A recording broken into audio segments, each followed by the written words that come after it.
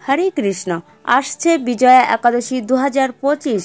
অধর্মের উপর ধর্মের বিজয় উদযাপন। বিজয়া একাদশী করেছিলেন রামচন্দ্র।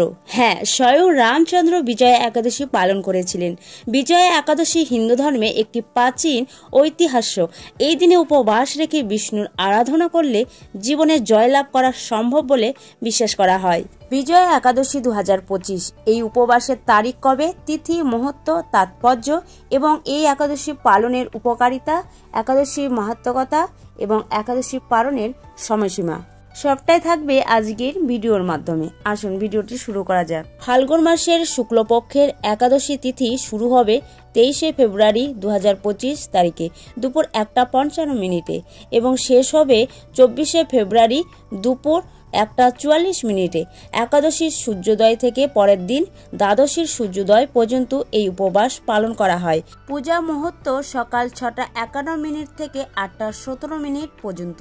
একাদশীর পরদিন পালনের সময় থাকবে 6:01 থেকে 9:53 মধ্যে। একাদশীর ব্রত করে পরের দিন উপযুক্ত সময়ে শস্য জাতীয় প্রসাদ গ্রহণ করে পালন করতে হয়। শাস্ত্রবিধি না মেনে নিজের মন গড়া একাদশী ব্রত করলে কোনো ফল লাভ হয় না। দৈববশত যদি কখনো একাদশী ভঙ্গ হয়ে যায় তবে ক্ষমা ভিক্ষা করে পুনরায় ব্রত পালন করতে হয়। গঙ্গা স্নানে যেমন সবার অধিকার আছে, তেমনি একাদশী ব্রতের অধিকারও সকলেরই। শাস্ত্রে বিধবা সধবা সকলের জন্যই একাদশী ব্রত পালনের নির্দেশ দেওয়া হয়েছে। যারা একাদশী পছন্দ করেন না, শাস্ত্রে তাদের বিষ্ণুদ্রোহী বলা হয়েছে। বিজয়া একাদশী বিজয় প্রদানকারী একটি উপবাসের দিন। ফাল্গুন মাসে পড়ে। ভগবান রামের সাথে এর গভীর সম্পর্ক রয়েছে, যা বিজয় এবং ঐশ্বরিক আশীর্বাদের প্রতীক। বিজয়া একাদশী পবিত্র এবং শক্তিশালী উপবাস। এটি সুখ, সমৃদ্ধি এবং সাফল্যের প্রতীক। এই উপবাসের প্রভাবে পুণ্যকর্ম বৃদ্ধি পায় এবং কাঙ্ক্ষিত ফলাফল অর্জন হয়। বিজয়া একাদশী হল বিজয় প্রদানকারী উপবাস। বিজয়া একাদশী 2025 সালের 24শে ফেব্রুয়ারি সোমবার পালিত হবে। এই দিনে বিজয় কামনার জন্য উপবাস পালন করা হয়। বিশ্বাস করা হয় যে কেবল বিজয়া একাদশীর মহিমা শোনা বা পাঠ করলে সমস্ত পাপ বিনষ্ট হয়। পদ্মপুরাণ এবং স্কন্দপুরাণে উল্লেখ আছে যে যখন কোনো ব্যক্তি শত্রু দ্বারা বেষ্টিত থাকে তখন বিজয়া একাদশীর উপবাস সবচেয়ে কঠিন পরিস্থিতিতেও জয় নিশ্চিত করতে পারে। রাবণের সাথে যুদ্ধ করার আগে ভগবান রামচন্দ্র বিজয়া একাদশীর উপবাস পালন করেছিলেন। প্রাচীনকালে অনেক রাজা সম্রাট এই উপবাসের শক্তির মাধ্যমে তাদের নিশ্চিত পরাজয়কে বিজয়ে রূপান্তরিত করেছিলেন। লঙ্কা জয়ের জন্য সমুদ্র তীরে ঋষি বক্রদল্লভের পরামর্শে ভগবান রাম বিজয়া একাদশীর উপবাস পালন করেছিলেন। এই উপবাসের প্রভাবে রাবণের পরাজয় ঘটে এবং ভগবান রাম লঙ্কা জয় করেন। জীবন যুদ্ধে জয়ী হতে পালন করুন বিজয়া একাদশী। জেনে নিন বিজয়া একাদশীর মাহাত্ম্য। স্কন্দপুরাণে এই একাদশীর মাহাত্ম্য এইভাবে বর্ণিত রয়েছে। মহারাজ যুধিষ্ঠির শ্রীকৃষ্ণকে বললেন, হে বাসুদেব, ফাল্গুন মাসের কৃষ্ণপক্ষের একাদশীর মাহাত্ম্য অনুগ্রহ করে আমাকে বলুন।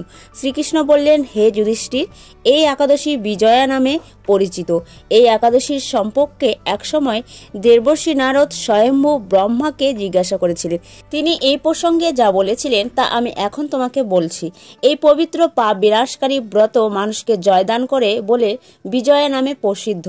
পুরাকালে শ্রীরামচন্দ্র 14 বছরের জন্য বনে গিয়েছিলেন সীতা ও লক্ষ্মণের সঙ্গে।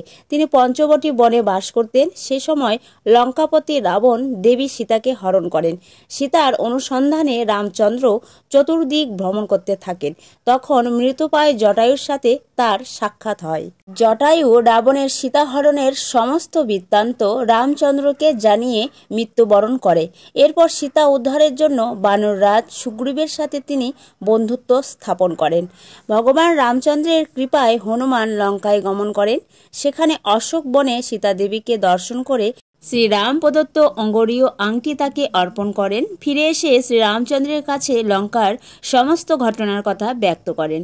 হনুমানের কথা শুনে রামচন্দ্র সুগ্রীবের পরামর্শে সমুদ্রে তীরে যান। সেই দুস্তর সমুদ্র দেখে তিনি লক্ষ্মণকে বলেন, হে লক্ষ্মণ, কিভাবে এই অগাধ সমুদ্র পার হওয়া যায় তার কোনো উপায় খুঁজে পাচ্ছি না।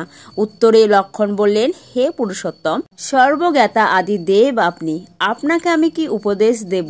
তা বক্রদল্লভ নামে এক মুনি এই দ্বীপে বাস করেন। এখান থেকে 4 মাইল দূরে তার আশ্রম। হে রাঘব, আপনি সেই প্রাচীন ঋষি শ্রেষ্ঠকে এর উপায় জিজ্ঞাসা করুন। লক্ষ্মণের মনোরমা কথা শুনে তারা সেই মহামুনির আশ্রমে উপনীত হলেন। ভগবান রামচন্দ্র ভক্তরাজ সেই মুনিকে প্রণাম করলেন। মুনিবর রামচন্দ্রকে পুরাণ পুরুষ বলে জানতে পারলেন। আনন্দ ভরে জিজ্ঞাসা করলেন, হে রামচন্দ্র, কি কারণে আপনি আমার কাছে এসেছেন তা কৃপা করে বলুন। শ্রী রামচন্দ্র বললেন, হে মুনিবর, আপনার কৃপায় সৈন্যসহ আমি এই সমুদ্র তীরে উপস্থিত হয়েছি। রাক্ষস রাজের লঙ্কা বিজয় করাই আমাদের প্রধান উদ্দেশ্য। যাতে এই ভয়ঙ্কর সমুদ্র উত্তীর্ণ হতে পারি তার উপায় জানবার জন্য আমরা আপনার কৃপা প্রার্থনা করি। মুনিবর প্রসন্ন চিত্তে পদ্মলোচন ভগবান শ্রী রামচন্দ্রকে বললেন, হে রাম, আপনার অভীষ্ট সিদ্ধির জন্য যে শ্রেষ্ঠ ব্রত করণীয় আমি তা বলছি। ফাল্গুন মাসের কৃষ্ণপক্ষের বিজয়া নামক একাদশী ব্রত পালনে আপনি নিশ্চয়ই সৈন্যসহ সমুদ্র পার হতে পারবেন। এই ব্রতের বিধি শ্রবণ করুন। বিজয় লাভের জন্য দশমীর দিন সোনা, রূপা, তামা অথবা মাটির কলস সংগ্রহ করে তাতে জল ও আম পাতা দিয়ে সুগন্ধি চন্দনে সাজিয়ে তার উপর সোনার নারায়ণ মূর্তি স্থাপন করবেন। একাদশীর দিন যথাবিধি প্রাতঃস্নান করে কলসের গলায় মালা চন্দন পরিয়ে উপযুক্ত স্থানে নারকেল ও গোবাগ দিয়ে পূজা করবেন। এরপর গন্ধ, পুষ্প, তুলসী, ধূপ, দীপ, নৈবেদ্য ইত্যাদি দিয়ে পরম ভক্তি সহকারে নারায়ণের পূজা করে হরিকথা কীর্তনে সমস্ত দিন যাপন করবেন। রাত্রি জাগরণ করে অখণ্ড ঘিয়ের প্রদীপ প্রজ্বলিত রাখবেন। দ্বাদশীর দিন সূর্যোদয়ের পর সেই কলস বিসর্জনের জন্য কোনো নদী, সরোবর বা জলাশয়ের কাছে গিয়ে বিধি অনুসারে পূজা নিবেদনের পরে তা বিসর্জন দেবেন। তারপর এই মূর্তি বেদজ্ঞ ব্রাহ্মণকে দান করবেন। এই ব্রত প্রভাবে নিশ্চয়ই আপনার বিজয় লাভ হবে। ব্রহ্মা বললেন, হে নারদ, ঋষির কথা মতো ব্রত অনুষ্ঠানের ফলে তিনি বিজয়ী হয়েছিলেন সীতা প্রাপ্তি, লঙ্কা জয়, রাবণ বধের মাধ্যমে। শ্রী রামচন্দ্রের অতুল কৃতি লাভ করেছিলেন। তাই যথাবিধি যে মানুষ এই ব্রত পালন করবেন তাদের এ জগতে জয়লাভ এবং পরজগতের অক্ষয় সুখ সুনিশ্চিত জানবে। হে যুধিষ্ঠির, এই কারণে এই বিজয়া একাদশীর ব্রত পালন অবশ্য কর্তব্য।